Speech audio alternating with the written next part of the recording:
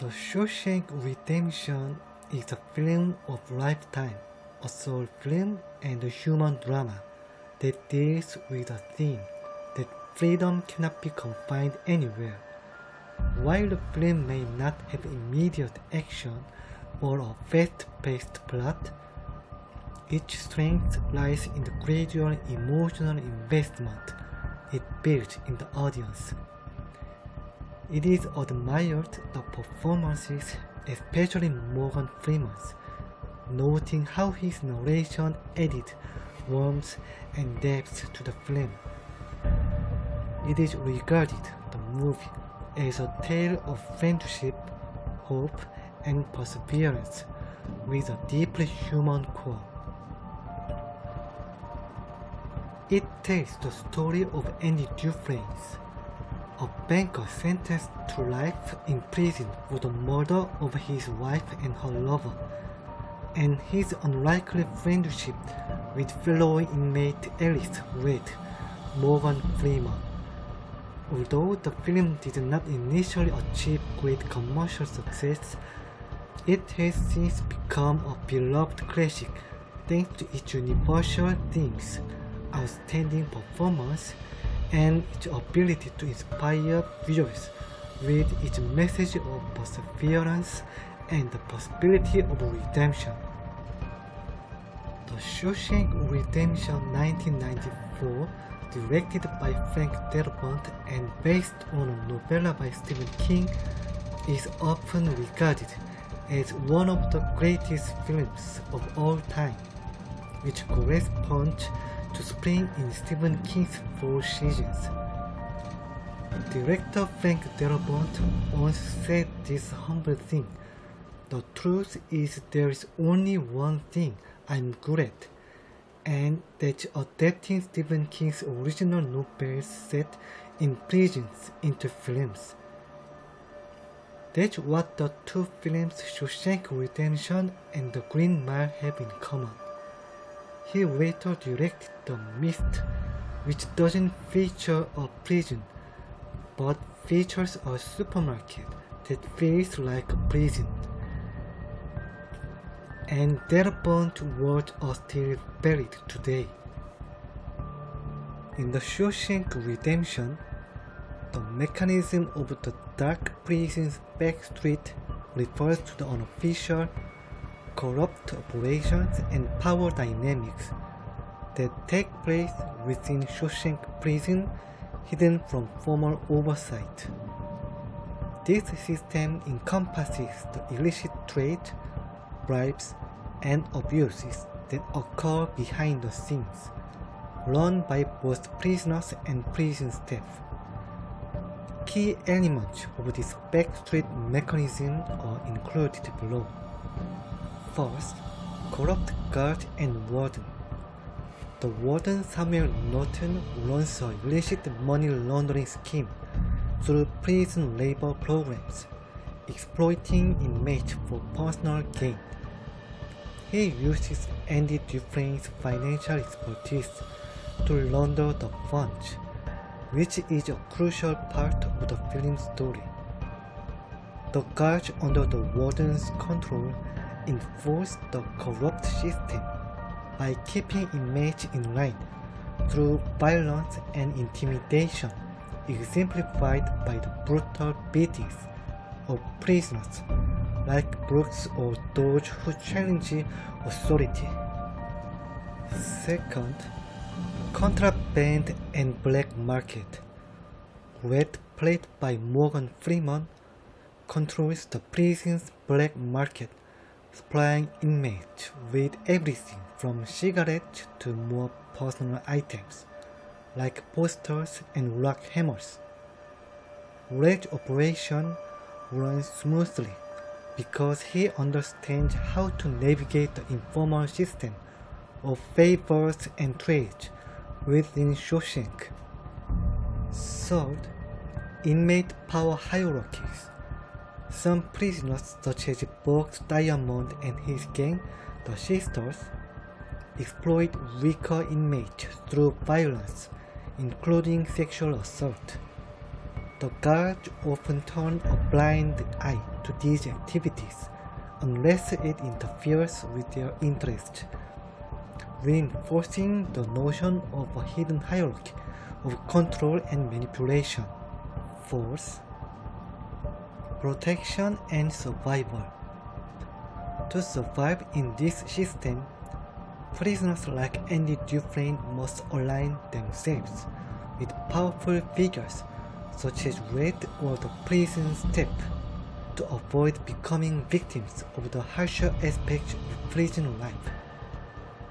Andy's ability to assist the warden and guards with their finances allows him a certain degree of protection.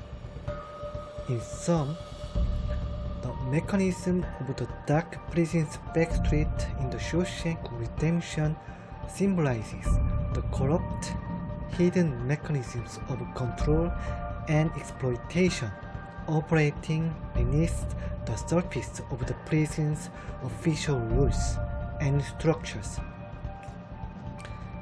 It shows how both prisoners and staff navigate an unspoken system of power to survive or thrive within the confines of Shawshank. All circumstantial evidence on the night his wife was murdered points to Andy as the murderer, and in a crime triangle, the motivation and tools of the criminal are beyond our control.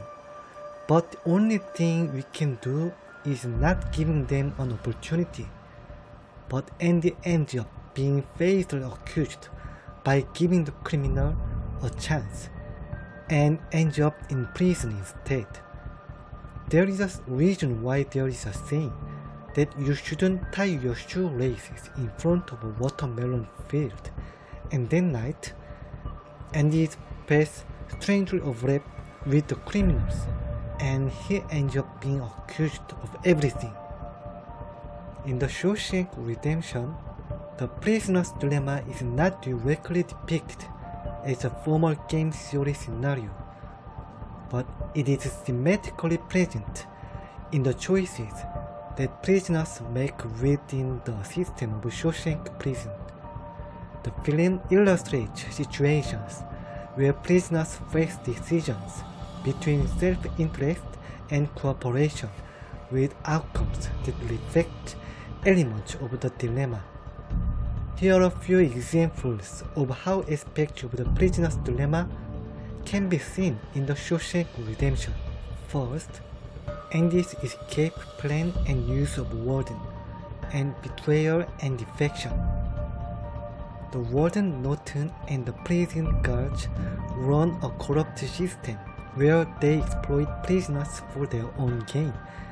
Andy cooperates with the warden initially by helping run the money through the prison's financial system.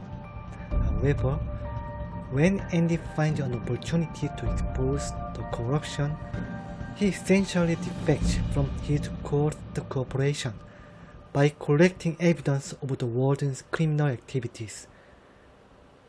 This results in the warden losing everything when Andy escapes and exposes him.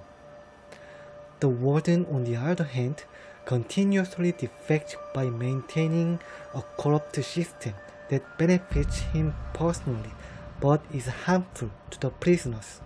Tommy's dilemma. Tommy Williams is another character who faces a decision between cooperation and defection.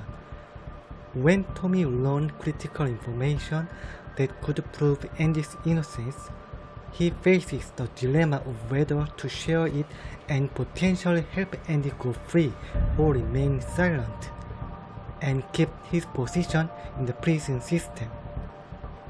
Tommy chooses to cooperate by offering to testify on Andy's behalf, but the warden, fearing exposure, betrays him by having him killed. This reflects how systems of power can encourage defection over cooperation. Third, Warden Norton's corruption. The warden's behavior throughout the movie exemplifies defection.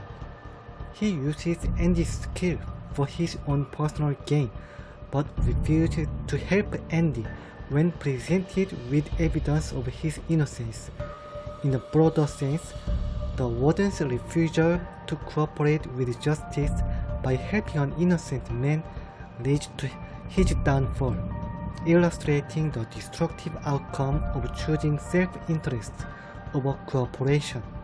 In a conclusion, while the Shawshank Redemption doesn't explicitly depict the prisoner's dilemma as a structured game, the movie explores similar themes of trust, betrayal, and cooperation within a corrupt system. The characters' choices between cooperation, trust, friendship, loyalty, and defection, self-interest, betrayal, corruption, mirror the moral complexities of the prisoner's dilemma in an emotional and human context.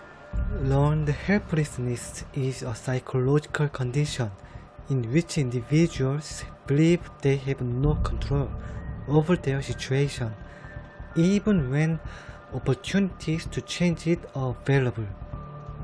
This mindset develops after repeated exposure to uncontrollable events or failures, causing people to feel powerless, stop trying, and accept negative circumstances. It can manifest in various areas of life, including work, relationships, and mental health, and is closely linked to depression and anxiety. Here's how to treat learned helplessness. First, cognitive behavioral therapy. One of the most effective ways to treat learned helplessness is through cognitive behavioral therapy, which helps individuals change their negative thought patterns and beliefs about control. Second, building a sense of control. Small success, positive reinforcement, and breaking tasks into manageable steps can help rebuild a person's sense of control. Third, challenging negative beliefs. Encouraging individuals to challenge their pessimistic beliefs and try new approaches to problems can slowly reverse the effect of learned helplessness. Learned helplessness highlights the profound impact that past experience can have on an individual's present behavior and mindset. When people internalize feelings of powerlessness, it can prevent them from taking action, even when they have the ability to improve their situation. However, with the right support and strategies, learned helplessness can be overcome, helping individuals regain a sense of control and empowerment. Here are some examples of learned helplessness. First, the elephant story.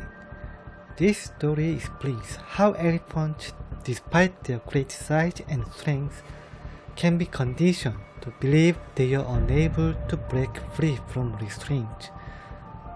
When elephants are young, they are tied with a rope to a small post or tree. As baby elephants, they do not have the strength to break the rope or pull the post out of the ground. After trying and falling repeatedly, they learn that no matter how hard they try, they cannot escape. Eventually, they stop trying altogether. As the elephant grows into adulthood, it becomes incredibly powerful, easily strong enough to break the rope or unroot the post with minimal effort. However, because the elephant has been conditioned to believe that it cannot break free based on its experience as a baby, it no longer attempts to escape. The elephant is physically capable but psychologically constrained by its learned helplessness. Therefore, the lesson is the elephant's learned helplessness represents how individuals can be conditioned by their past failures to believe they are powerless. even when circumstances change, and they are fully capable of overcoming challenges. Just as the elephant remains tied by a flimsy rope, it could easily break. People can remain trapped by limiting beliefs based on earlier experiences. Second, the flea story. This story is another metaphor that demonstrates how even the smallest beings can be conditioned to accept limitations that do not actually exist. Fleas are known to be great jumpers. They can jump many times their own height. But if you place a group of fleas in a jar and put a lid on the jar, they will initially jump and hit the lid. Over time, the fleas learn to jump only as high as the lid allows, avoiding the pain of hitting it. After a while, if you remove the lid from the jar, the fleas will continue to jump at the same restricted height, never attempting to jump out of the jar, even though they are now physically free to do so. They have been conditioned to believe that their ability to jump is limited, and they no longer try to escape. And the lesson is the flea story mirrors how humans can be conditioned by their environment to limit their aspirations or actions, even when external barriers are removed. Learned helplessness can prevent individuals from taking advantage of new opportunities, much like the fleas, who no longer attempt to jump out of the jar, even when it is open. In conclusion, both elephant and flea stories illustrate how learned helplessness occurs when individuals or animals experience repeated failures or limitations. Over time, they internalize a belief that they are powerless or incapable, leading them to stop trying to overcome challenges, even when they are fully capable of succeeding. These stories remind us that learned helplessness is a mental state that can be unlearned with the right interventions and changes in perspective. Hope is endurance. Andy Dufresne's The film's protagonist embodies the power of hope. Wrongfully imprisoned for the murder of his wife and her lover, Andy refused to let the harsh reality of Shawshank crush his spirit. His hope is not passive but active, whether it's improving the prison's library, teaching his fellow inmates, or secretly planning his escape. Andy channels his hope into purposeful action. His belief that life can improve despite overwhelming odds drives his decisions and keeps him alive inside, even while he's physically incarcerated.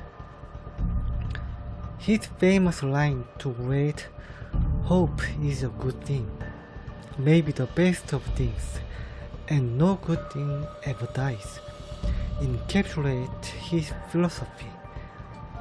He nurtures hope quietly, patiently, and secretly, culminating his elaborate escape after 19 years in prison. Hope as dangerous is Red's skepticism. In contrast, Red, played by Morgan Freeman, initially views hope as dangerous. Having spent decades behind bars, Red has become institutionalized, adapting to prison life to the point where he believes that hope only leads to disappointment and suffering. He advised Andy early on, "Hope is a dangerous thing. Hope can drive a man insane." Red's perspective reflects the awareness of someone who has seen many prisoners succumb to despair after holding on to false hopes of freedom.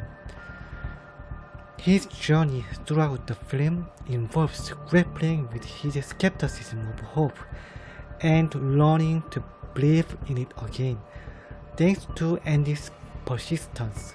In fact, we don't know exactly what Andy is thinking, but in the story, the person who is really important is the person who changes. But if you think about the beginning and the end of the movie, Andy hasn't changed. He came in innocently and escaped, using his talent. So the beginning and the end are not different, but Red experiences a decisive change in his worldview and outlook on life because of Andy. So in that aspect, the really important character in this story may actually be Red. Hope as freedom. The climax of the film sees hope vindicated when Andy's meticulous, hopeful planning leads to his dramatic escape. His escape is not just physical but symbolic, representing the triumph of hope over despair. For Red, the final moments of the movie represent his rebirth as a person who now embraces hope, especially when he decides to violate his parole and reunite with Andy in Mexico. The reunion between the two men on the beach of Zihuatanejo is powerful testament to the transformative power of hope. The Shawshank Redemption portrays hope as both a fragile and resilient force. Through Andy's unyielding belief in a life beyond prison and Red's eventual embrace of hope, the film suggests that hope is what gives life meaning, even in the darkest of circumstances. It is an active, powerful force that can sustain a person through hardship and ultimately set them free. The highlight is the scene where the aria from the marriage of Figaro flows. And I wonder how a movie can visually show freedom. Many movies must have wanted to show that, but the moment the music starts playing, oh, how is this music playing? And the other prisoners turn their heads and look at the speaker. And at that time, what we are seeing is freedom. We can't see the music, but people are seeing the music. And the act of seeing the music itself is visualizing freedom in people's mind, despite being imprisoned. So, it is a great scene in terms of how to make the conceptual theme of freedom vivid visually. I remember watching a documentary film from National Geographic that showed real prison breaks.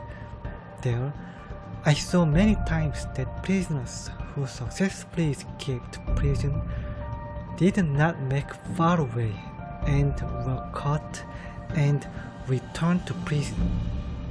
Nevertheless, the most cathartic thing in this prison escape story is of course the prison break itself. Then, the most vivid way to show the prison break is to show the suspense of whether or not the prison escape will be caught, and show the method of finding vulnerabilities from the protagonist's perspective. However, the movie ends with the premise that the prison escape was successful, and then Red narrates and explains in flashback how the prison escape was accomplished. Why was that? The truly important thing in Shawshank Redemption is not the story of Andy's escape, but the fact that Red, who watched Andy's successful escape from the sidelines from a first-person observer's perspective, learned freedom as a result. In the Shawshank Redemption, the term chessboard is used metaphorically by the character Andy Dufresne to illustrate the strategic nature of his plan to escape from prison. Andy likens his escape plan to a chess game where every move is carefully calculated and planned. The chessboard represents the complexity and precision required for his escape, highlighting how each action and decision is part of a larger, well-thought-out strategy. This metaphor underscores the strategic nature of Andy's action and how he carefully orchestrates his escape from Shawshank prison. The chess reference highlights the patience, planning, and foresight required to execute such a complex and daring escape. In this context, the chessboard symbolizes the methodical and strategic approach Andy took in orchestrating his escape. It emphasizes the careful planning and patience required to execute his complex plan successfully. In a sequence where Reddit talks to the god about rehabilitation, which is my personal favorite scene, Reddit says this: "Rehabilitated? I don't have any idea what that means. To me, it's just a made-up word, a politician's word, so that young fellas like yourself can wear a suit and a tie and have a job. Am I sorry for what I did? There's not a day goes by I don't feel regret. Not because I'm in here or because you think I should.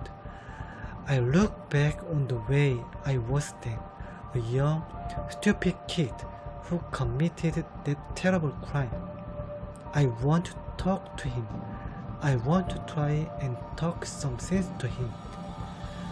Tell him the way things are. But I can't.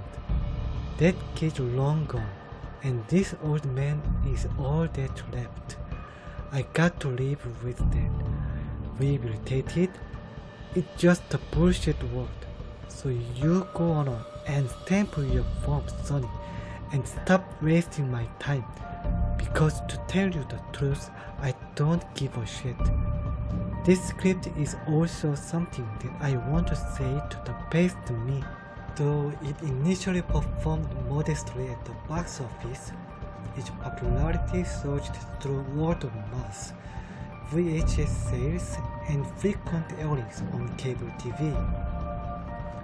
On IMDb, it consistently ranks at the top, frequently occupying the #1 spot on the site's top 250 list. Some might argue that the film's pacing is too slow, especially during its first act. The meticulous build-up may not appeal to those looking for a more fast-paced narrative. Additionally, some critics have noted the film's tendency towards sentimentality, particularly in its portrayal of the friendship between Andy and Red, which, while heartwarming, can feel a bit idealized. Despite some criticisms, the movie's enduring appeal has continued to grow. Many now regard it as a timeless, hopeful story that resonates across generations. Its themes of institutionalization, hope, and friendship have made it a beloved classic, not only in the US but globally. In sum, despite these minor criticisms, The Shawshank Redemption is a film that leaves an indelible mark.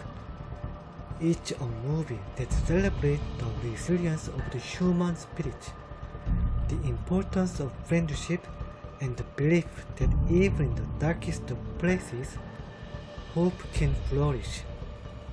It's a story that stays with you long after the credits roll, reminding you that sometimes the most profound transformations occur in the most unlikely of places. We all have our own prison. For someone, it may be school, work, or strange places.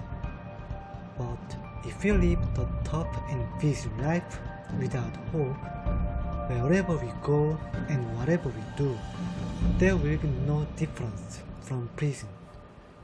Therefore, life is so precious, and I don't want to follow a philosophy of resignation unless it is absolutely necessary. I want to live deeply, to live tough and Spartan.